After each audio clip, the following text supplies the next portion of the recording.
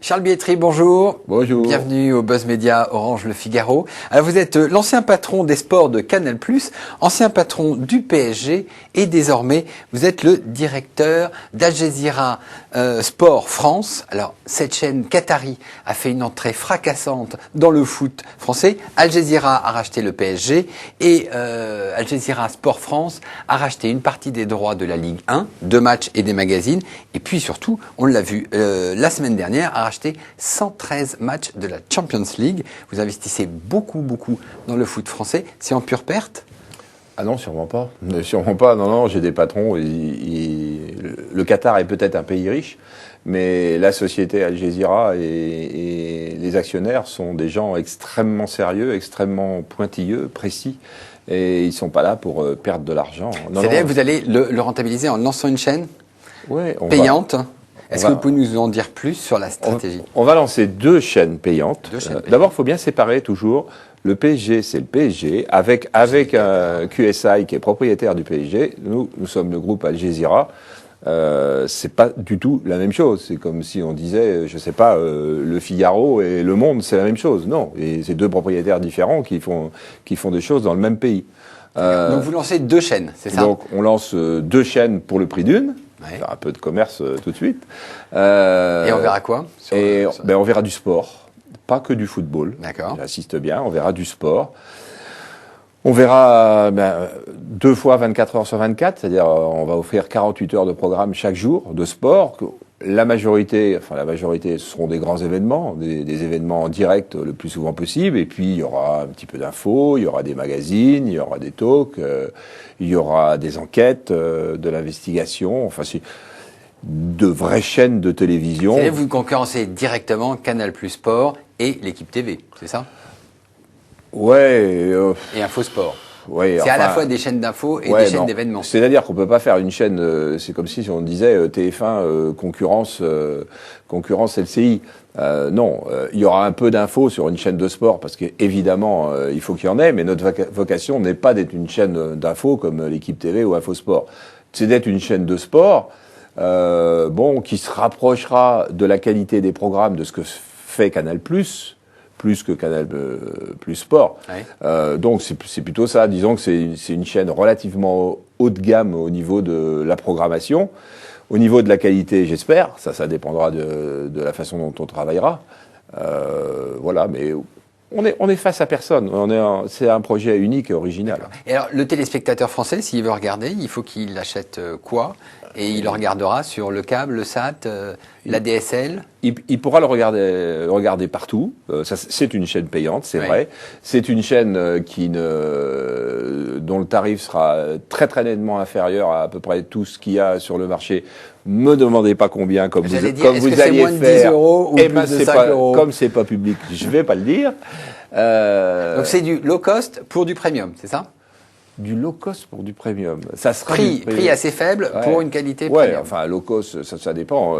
Chacun, le terme low cost, pour certains, c'est quand même cher, et pour d'autres, ça l'est pas. Donc, je sais pas. Disons que c'est un prix accessible et raisonnable pour une chaîne très très haut de gamme. Et donc, on pourra voir partout, sauf sur la TNT gratuite où on n'a pas le droit d'aller, pas sur les hertziens comme TF1, France 2, tout ça évidemment, mais sur la DSL, sur le câble et sur un satellite. D'accord.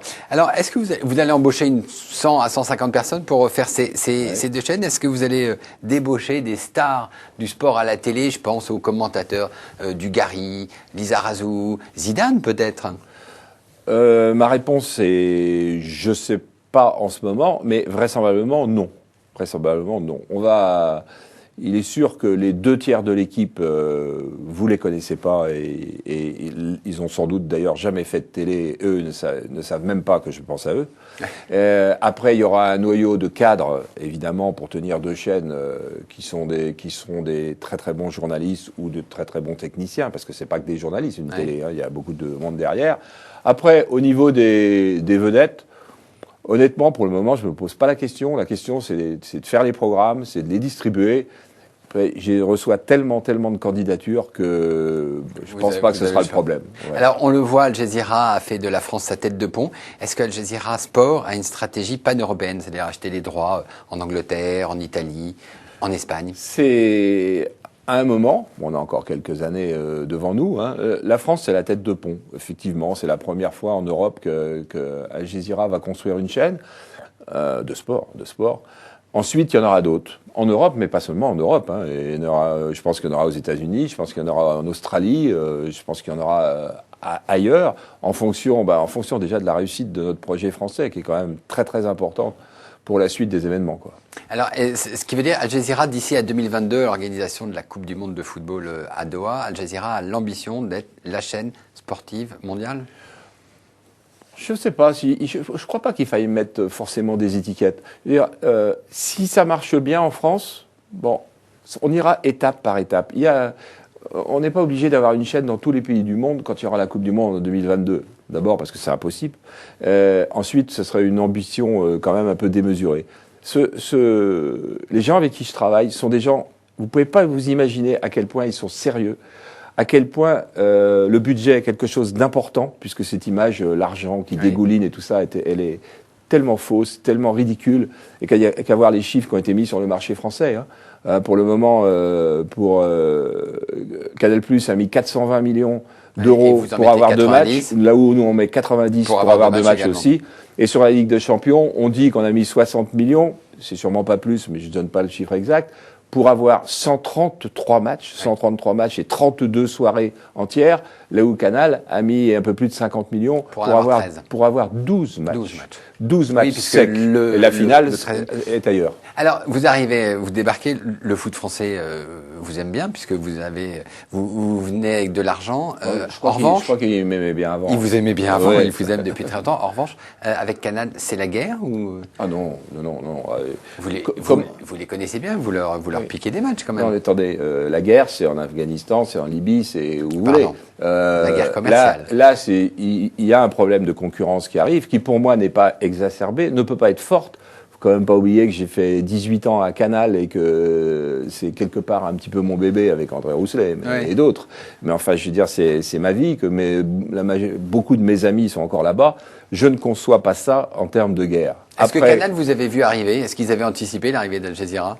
Je pense que certaines personnes à Canal, même assez haut placées, avaient eu pas mal de mépris. Mépris, oui, je pense que je peux garder le mot mépris vis-à-vis de nous.